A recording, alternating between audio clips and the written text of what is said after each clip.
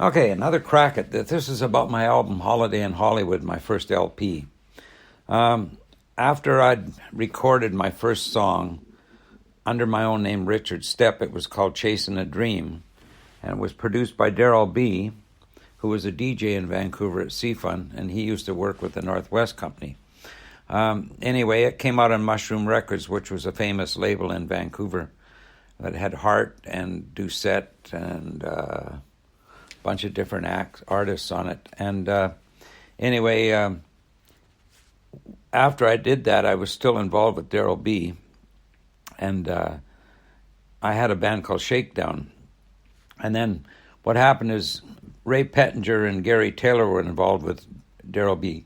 Gary Taylor owned Gary Taylor's Show Lounge downtown, which is strippers, and he was sort of a promoter. And Ray Pettinger was actually a good promoter. He had BIM and Foreman Young Band and a few bands, but they always were giving me the runaround, those guys.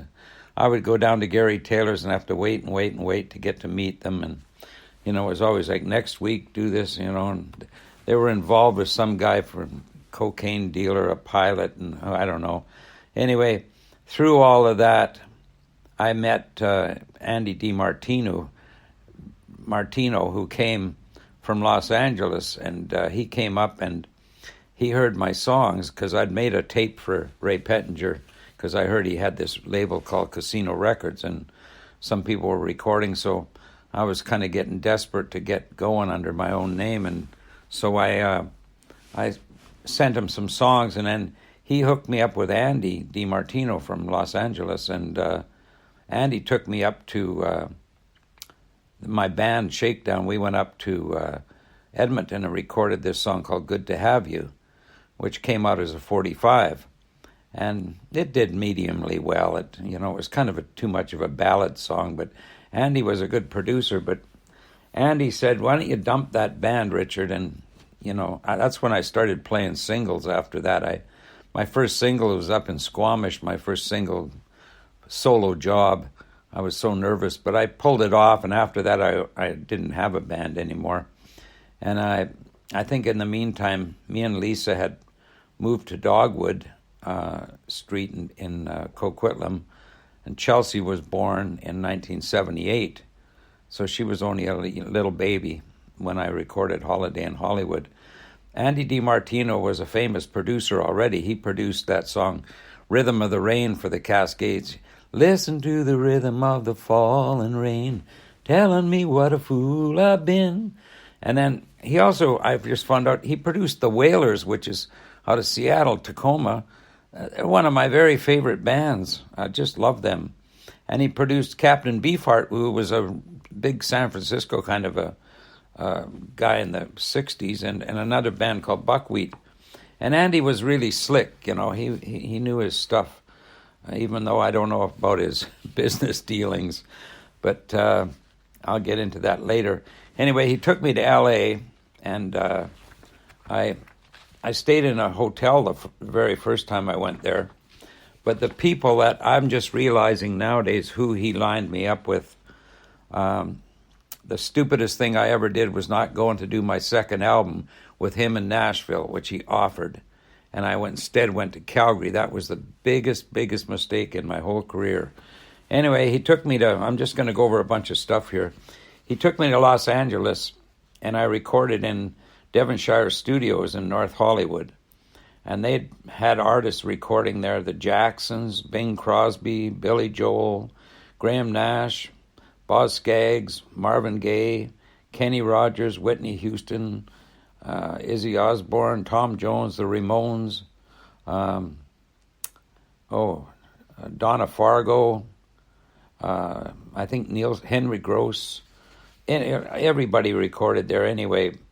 Boz Scaggs and I used the same band on our albums. In fact, when Boz Scaggs came to town here one time, I took Jesse down, and Jesse was a big Duane Allman fan, and Boz remembered me, and he remembered my album too. He liked it a lot.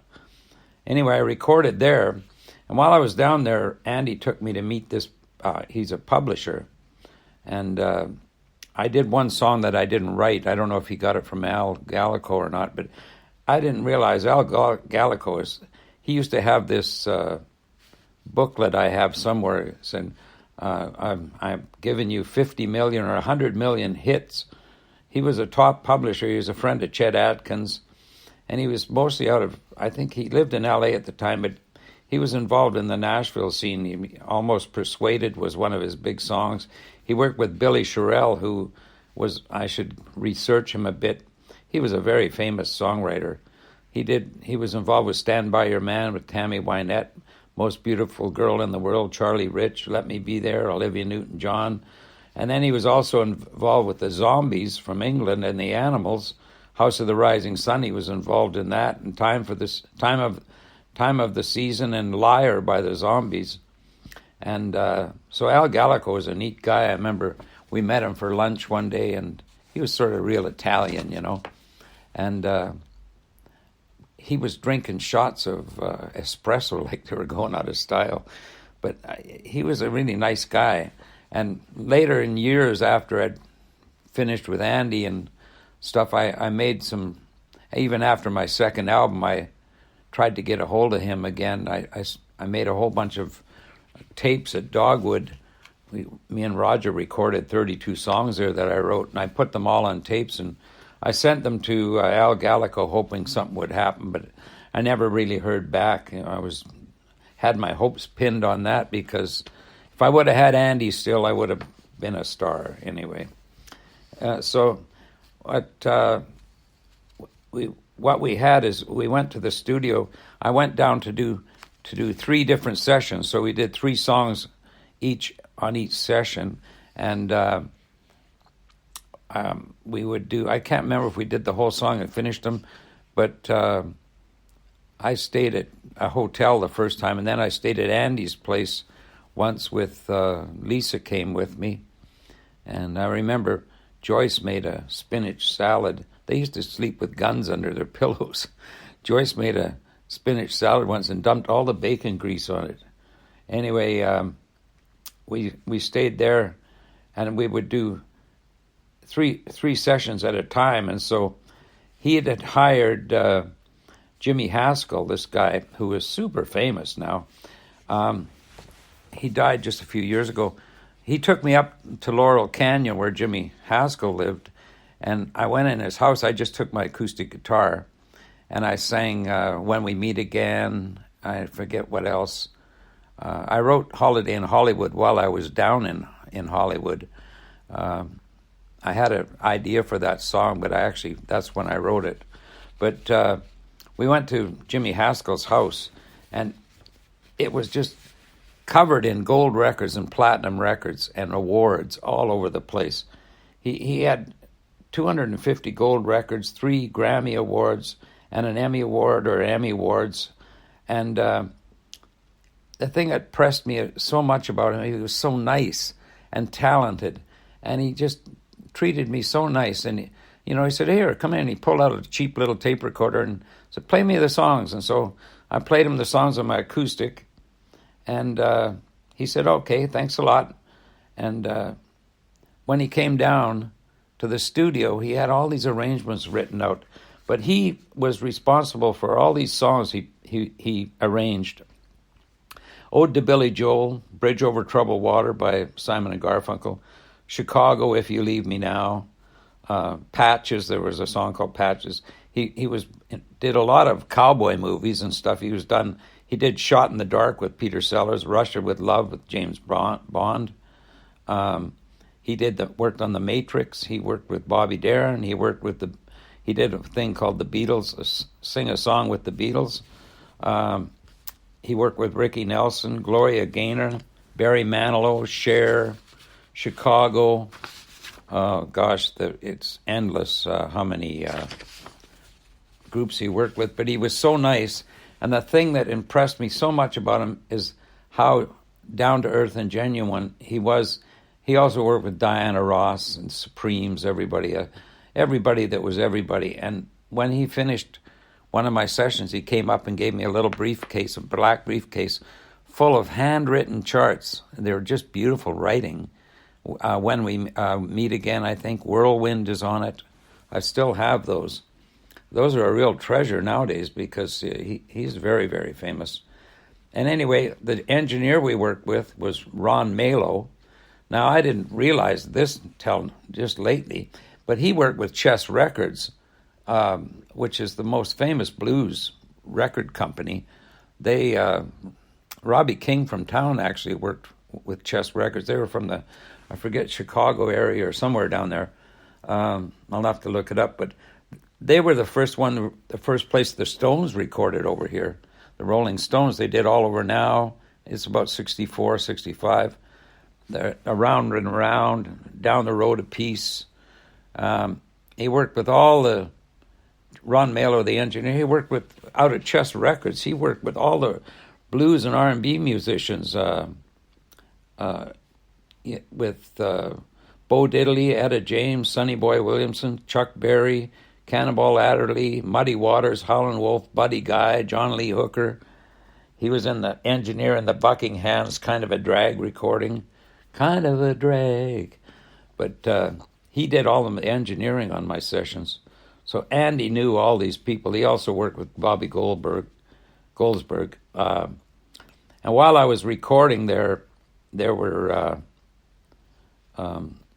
Weather Report, the band was recording there, and they had in that band Jacques Pastoria, and he worked with Joni Mitchell later on. I seen him playing in Vancouver. He was barefoot.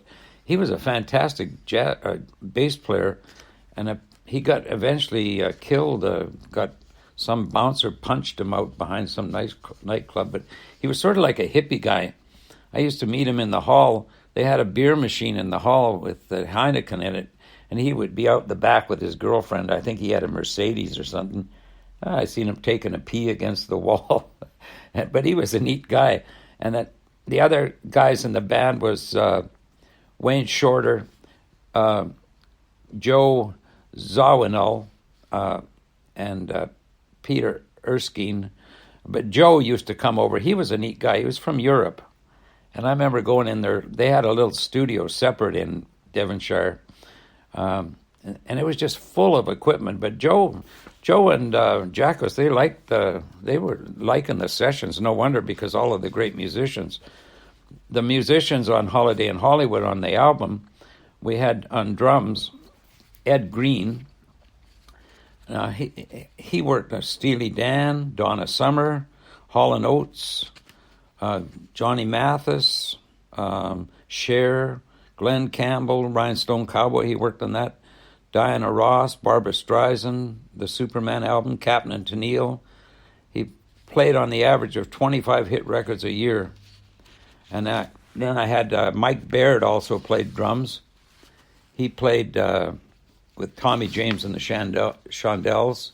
He also played with Billy Idol, Hall & Oates, Pointer Sisters, Donna Summers, Richard Marx, Michael Bolton, Rick Springfield, Eddie Money, Kenny Loggins, Juice Newton. So he worked for a lot of people. And another guy was Ralph Humphrey. He worked with Frank Zappa. He was Frank Zappa's main drummer. He worked with the Manhattan Transfer and Michael Bublé later on. And on the bass guitar, I had Dennis Belfield. He worked with Three Dog Night, Engelbert Humperdinck, the Monkees, Randy Newman, and also had David Hungate, who was fantastic on Caught in a Whirlwind. He worked with Toto. That was his band, who had, Africa, that song Africa, and Roxanne. He also worked on Saturday Night Fever. Then I had Ray Pullman, who was in the Wrecking Crew, for God's sakes, the Beach Boys band. They were the best studio guys in L.A., and they worked with Glenn Campbell, and Glenn Campbell actually played with the Beach Boys in Vancouver. When I played a gig with the Beach Boys, Glenn Campbell was with them. Guitar, we had Tom Rotella. He was an in-demand session player. He'd been performing with Noah Jones, Donna Summers, Frank Sinatra, Cher, the Beach Boys, Phil Spector, Lionel Richie, Bette Midler, Pavarotti, David Foster, Gladys Knight, all kinds of people. I don't know about Gladys Knight, but anyway, and then he was played on a lot of my guitar tracks, so Tom Rotella. And then there was Ben Benet. He played with Paul Anka, Dionne Warwick, The Supremes. Keys and synthesizer with Bill Como. He played on cuts with the Jefferson Starship, Little River Band, Ry Cooder, Kenny Rogers, James Taylor, Kiss. Sax, I had this, his name's Pete Christlieb, Christlieb. He played with all kinds of people. He does a great sax solo on Caught in a Whirlwind.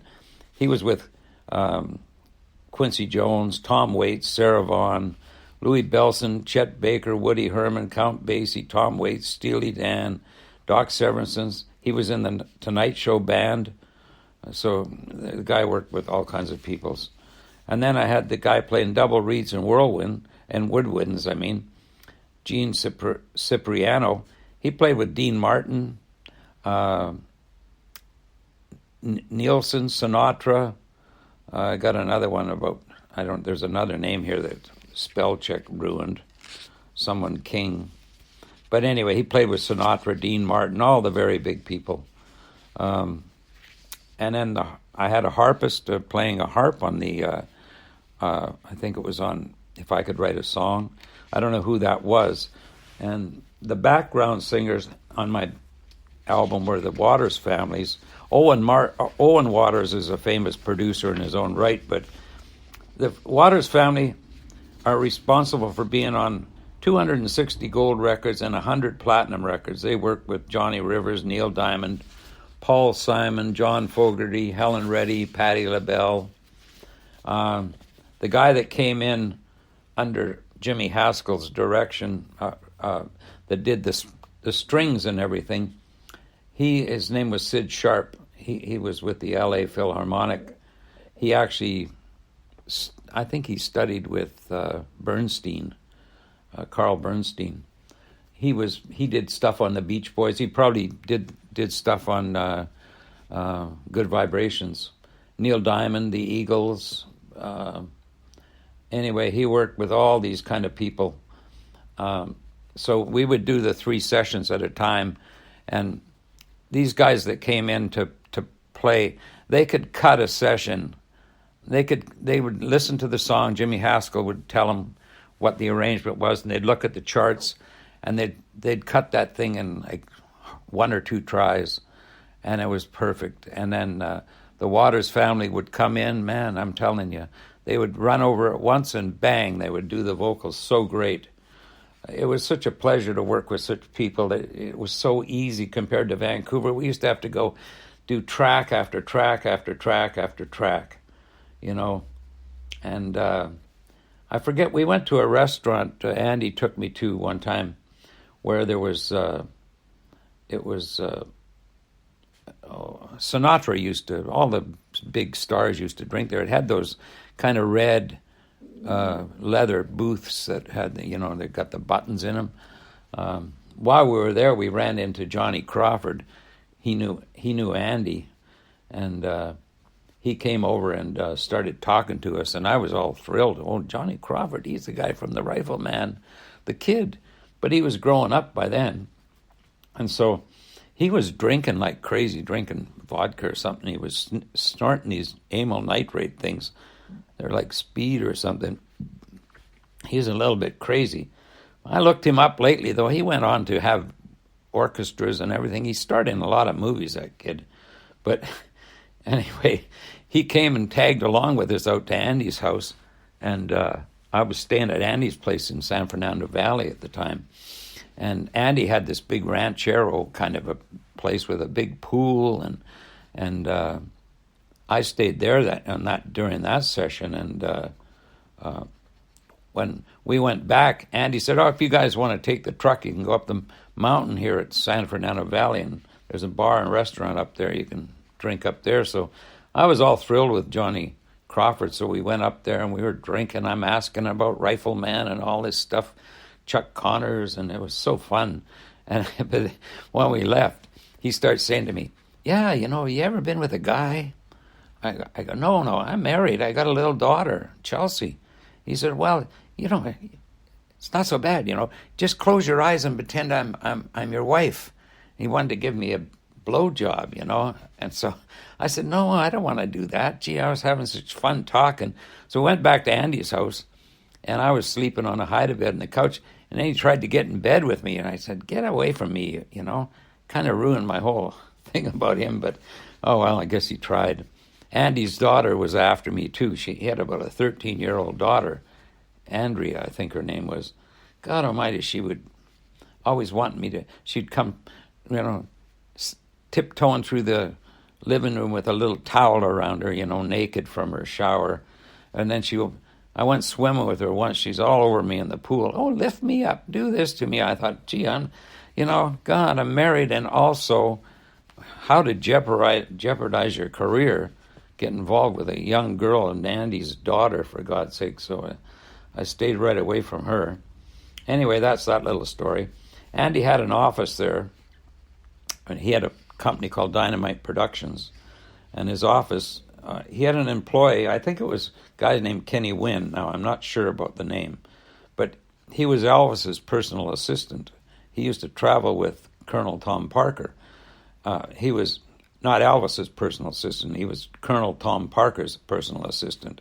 He told me stories. He would go to Vegas, and when Elvis was doing Vegas, Colonel would gamble like crazy, and he would sit there and keep track of how much the Colonel gambled, and he also, made sure the Colonel got his food proper, and he was like a sort of an accountant type of a guy. But he started working after Elvis died. He started working with Andy, and then he gave me 2 Elvis scarves, which I still have. I'd given one to my sister, but then I got it back off her because I'm afraid it'll get lost somewhere. And while I was down there, I met Andy's cousin, who was Johnny Martino, and he was in The Godfather. He played Paulie Gatto in The Godfather. He was also in the Wild Wild West show. He was in Dillinger. He was in Broadway plays. He was on Dick Clark's American Bandstand one time with a song called Babysitting Baby, and he studied under John Cassavetes. But he was a really neat guy. I liked him a lot, and I wrote a song for him called Johnny's Song, If You Try, when I was down there. And then when I recorded my second album, I recorded that song. And I wish Andy would have produced my second album. Damn it, anyway. I'm still mad about that. Should have went to Nashville, Richard. Anyway, his song, If You Try, when he put out a DVD about his life, The Godfather, he used my song, If You Try, on it. It's on the front of that. I have a couple of copies of the DVD. You can buy it online, called Johnny Martino.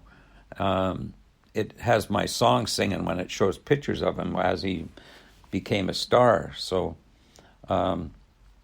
anyway, we had another guy, Sid Sharp. I think I mentioned him. He wrote Sid Sharp had, I'm just trying to find his name here. Sid Sharp was responsible. He worked with the Los Angeles Philharmonic Orchestra and everything. But when he brought in the orchestra in to do my sessions, I think it was like a 14-piece string orchestra, but it was fantastic, those sessions. I didn't know how lucky I was. Anyway, while we were down there one time when I think it was near the end of my album, when Lisa was with us, with me, he paid for us to come down. We went, he took us out to Las Vegas, and we went out there, and Andy was gambling half the time. I remember he got $50,000 to sign with Infinity Records, front money, and I went to Vegas, and he was gambling half the night. I don't know if he lost or won, but we went to see Liberace there. I remember Liberace came out on stage he came out in a limo with his gay driver that I found out later was his boyfriend for years. And he got out of this big Rolls-Royce limo on stage with this huge big mink coat and all these diamonds and paraded around.